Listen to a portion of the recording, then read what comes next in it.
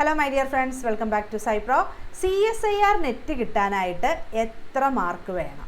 എത്ര മാർക്ക് ഉണ്ടെങ്കിൽ നെറ്റ് സെറ്റാക്കാം അല്ലേ? നമുക്കൊരു 100-105 മാർക്ക് ഉണ്ടെങ്കിൽ, അതായത് എന്തുകൊണ്ട് 100-105 എന്ന് പറഞ്ഞേക്കുന്നു? ഓരോ പ്രാവശ്യവും എത്ര സ്റ്റുഡൻസ് എക്സാമിനേഷൻ എഴുതുന്നുണ്ട് അതിൻ്റെ അനുസരിച്ചാണ് ഇവർ ഒരു പ്രസൻറ്റായി ഒരു കണക്ക്, ഓക്കെ, അതാണ് CSIRൻ്റെ ലേറ്റസ്റ്റ് ആയിട്ട് NTA ഒരു കണക്ക്, പ്രസൻറ്റായി അത് അവർ കണക്കാക്കുന്നത്. അതായത് നമ്മൾ എത്രത്തോളം കുട്ടികൾ ആയിട്ട് കമ്പയർ ചെയ്യുമ്പോൾ നമ്മൾ എത്രത്തോളം മികച്ചതാണ്, അല്ലെങ്കിൽ നമ്മൾ എത്രത്തോളം സ്കോർ ചെയ്യുന്നുണ്ട്, അതാണ് അവരുടെ ഒരു കണക്ക് അവർ റെപ്രസെൻ്റ് ചെയ്യുന്നത്. ഓക്കെ, അപ്പോൾ നമുക്ക് ഏകദേശം ഒരു 100-105 മാർക്ക് കിട്ടിയാൽ മതി, നെറ്റ് ഓക്കെ ആയി. വല്ല പ്രശ്നമുണ്ടോ? അത് എക്സാമിനേഷൻ എഴുതണതിൻ്റെ പകുതി മാർക്ക് കിട്ടിയാൽ മതി എന്നാണ് ഈ പറയുന്നത്. നമ്മൾ ബാക്കി ആൾക്കാർ പറയണ കേട്ടിരിക്കണ്ട അല്ലേ? നെറ്റ് ബുദ്ധിമുട്ടാണ്, CSIR ബുദ്ധിമുട്ടാണ്, കിട്ടില്ല. നന്നായിട്ട് പഠിച്ചു കഴിഞ്ഞാൽ നന്നായിട്ട് ഒരു 6 മാസം കൊണ്ട് നമുക്ക് പഠിച്ചെടുക്കാം. അപ്പോൾ സൈപ്രോയുടെ കോഴ്സ് സ്റ്റാർട്ട് ചെയ്തിട്ടുണ്ട്. CSIR net JRF class start ചെയ്തിട്ടുണ്ട്. നിങ്ങൾക്ക് ജോയിൻ ചെയ്യാം, പഠിക്കാം. നമുക്കറിയാം CSIRന് പഠിക്കണമെങ്കിൽ നമുക്ക് വാസ്റ്റായിട്ട് പഠിക്കണം. സിലബസിലുള്ളതൊക്കെ പഠിക്കണം, സിലബസിലില്ലാത്തത് നോക്കണം. കുറച്ച് സിലബസിലില്ലാത്ത കുറച്ച് കൂടിയ ടോപ്പിക്കും കൂടെ നോക്കണം അല്ലേ? അതിൻ്റെ അടുത്ത ലെവലിലും കൂടെ നോക്കണം. എന്നാൽ മാത്രമേ നമുക്ക് നന്നായിട്ട് എക്സാമിനേഷൻ എഴുതാൻ പറ്റുള്ളൂ.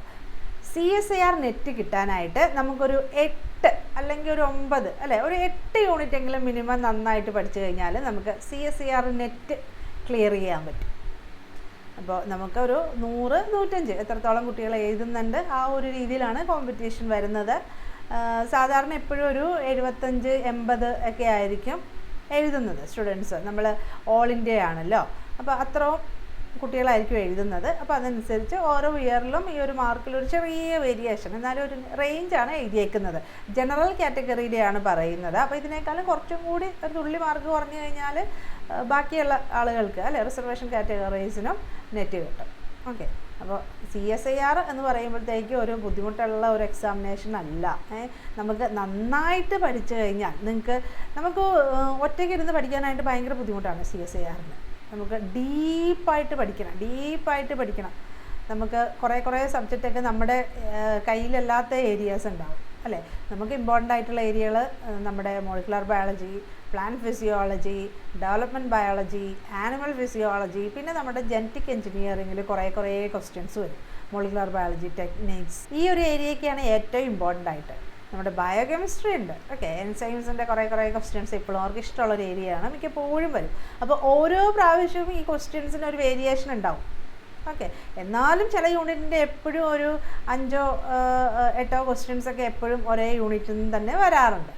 അപ്പോൾ നമ്മുടെ സൈപ്രോ ക്ലാസ്സസ് എന്ന് പറയുമ്പോഴത്തേക്കും നിങ്ങൾക്ക് പഠിക്കാനൊരു ടൈം കിട്ടിയാൽ മതി, ബാക്കി പഠിപ്പിക്കുന്ന കാര്യം നമ്മളേറ്റ്. ഓക്കെ, പഠിക്കാനായിട്ടൊരു ടൈം വേണം, പിന്നെ CSIR നെറ്റ് അല്ലെങ്കിൽ JRF വേണം എന്നുള്ളൊരു ആഗ്രഹം കൂടി വേണം. ഓക്കെ, എന്നാൽ നമുക്ക് CSIR നെറ്റ് നേടിയെടുക്കാൻ പറ്റും. നിങ്ങൾക്ക് ഓഫ്ലൈൻ കോച്ചിങ് ഒന്നും ഡിപ്പെൻഡ് ചെയ്യേണ്ട ആവശ്യമില്ല, ഓൺലൈനിൽ തന്നെ നമുക്ക് നന്നായിട്ട് പഠിച്ചെടുക്കാം. ഓക്കെ, നിങ്ങൾക്ക് ചിലപ്പോൾ CSIR പിന്നെ അതുപോലെ തന്നെ UGC നെറ്റ് എന്താണെന്നൊക്കെ സംശയം തോന്നും. അത് 2 ഏജൻസിയാണ്. നമ്മുടെ CSIR പറയുമ്പോഴത്തേക്കും ചിലവർക്ക് UGC JRF കിട്ടുന്നു, ചിലവർക്ക് CSIR JRF കിട്ടുന്നു. എന്താണ് അവരുടെ ഫണ്ടിങ് അല്ലേ? അവർക്ക് ഫെലോഷിപ്പ് കൊടുക്കുന്ന ഏജൻസി CSIR ആണെങ്കിൽ CSIR JRF അല്ലെങ്കിൽ UGC JRF എന്നും പറയുന്നത്. പിന്നെ നമുക്ക് CSIR നെറ്റ്, നമ്മുടെ ലൈഫ് സയൻസിൽ CSIR നെറ്റ് എന്ന് നമ്മൾ പറയും. ഓക്കെ, UGC നെറ്റ് എന്ന് പറയുന്നത് എൻവയോൺമെൻറ്റ് സയൻസുകാർക്കും ബാക്കിയുള്ള സബ്ജക്റ്റുകാർക്കും എപ്പോഴും UGC ആണ് അവരുടെ കണ്ടക്ട് ചെയ്യുന്നത്. അപ്പോൾ അവരുടെ ഏജൻസി എന്താണ്? UGC. അതാണ് ആ ഒരു ഡിഫറൻസ് വരുന്നത്.